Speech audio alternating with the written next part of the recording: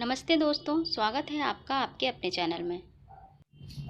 आज इस वीडियो में मैं आपके सभी सवालों के जवाब देने की कोशिश करूंगी, इसलिए आप इस वीडियो को पूरा ज़रूर देखिएगा ताकि आपके मन में किसी भी प्रकार का कन्फ्यूज़न ना रहे।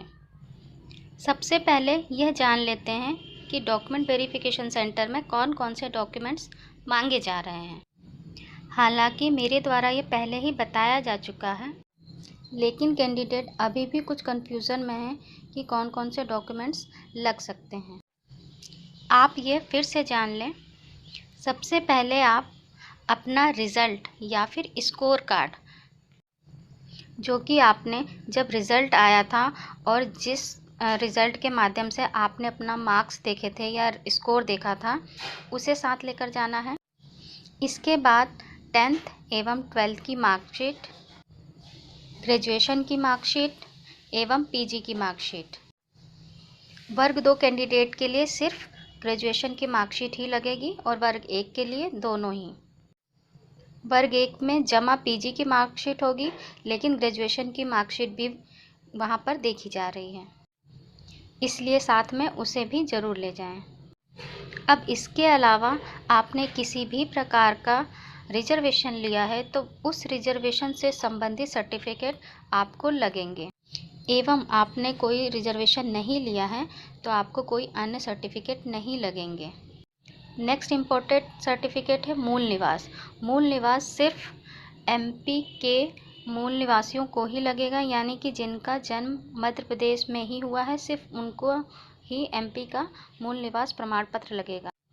बार बार कैंडिडेट के द्वारा ये प्रश्न किया जाता है कि हम अदर स्टेट के हैं, हमारा मूल निवास यहाँ पे वैलिड होगा कि नहीं होगा। तो इसका जवाब है नहीं होगा। अगर आपका जन्म अदर स्टेट में हुआ है तो आप मध्य प्रदेश के मूल निवासी होने का लाभ नहीं उठा सकते हैं। आपका जन्म जिस स्टेट में हुआ है आप उसी स्टेट के मूल निवासी कहलाएंगे, किसी अन्य स्टेट में आप इसका लाभ नहीं उठा पाएंगे। अगर आपने कोई रिजर्व कैटेगरी का लाभ लिया है तो आपको कास्ट सर्टिफिकेट लगेगा।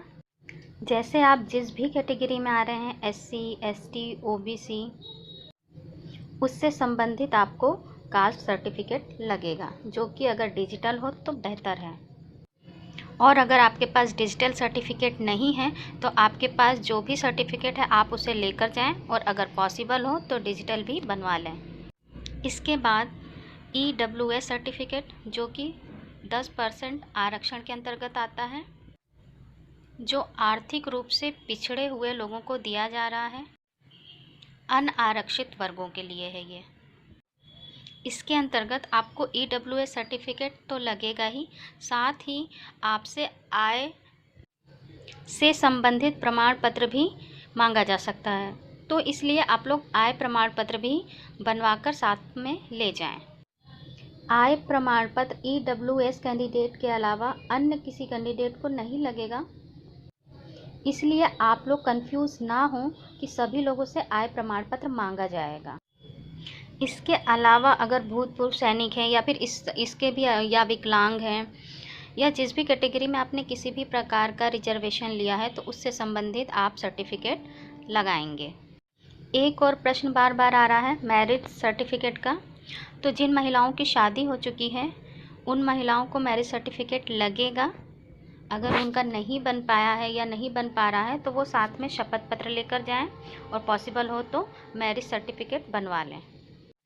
इसके अलावा मार्कशीट में बीएड की मार्कशीट भी लेकर जानी है। वर्ग 1 के लिए बीएड की मार्कशीट कंपलसरी है, एवं वर्ग 2 में डीएलएड और डीएड भी एप्लीकेबल है।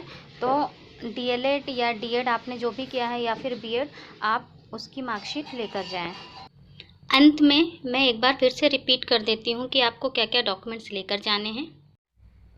आपका पीएबी द्वारा जारी रिज़ल्ट या score card, 10th, 12th, graduation एवं पीजी की मार्कशीट, एवं आपने किसी भी प्रकार का रिजर्वेशन लिया है तो रिजर्वेशन से संबंधित सर्टिफिकेट लगेंगे।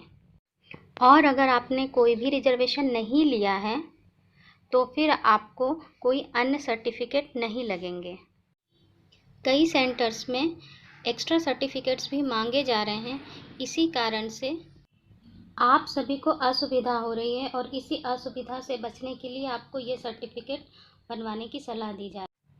हालांकि डॉक्यूमेंट वेरिफिकेशन उन्हीं डॉक्यूमेंट्स के होने हैं जो कि आपने काउंसलिंग में अपलोड किए हैं। किसी भी प्रकार का डाउट होने की स्थिति में अधिकारियों द्वारा अन्य दस्तावेज भी मांगे जा रहे हैं ताकि उनका डाउट क्लियर हो एवं बारीकी से जांच की जा सके एवं एक वैलिड कैंडिडेट का ही सिलेक्शन हो सके।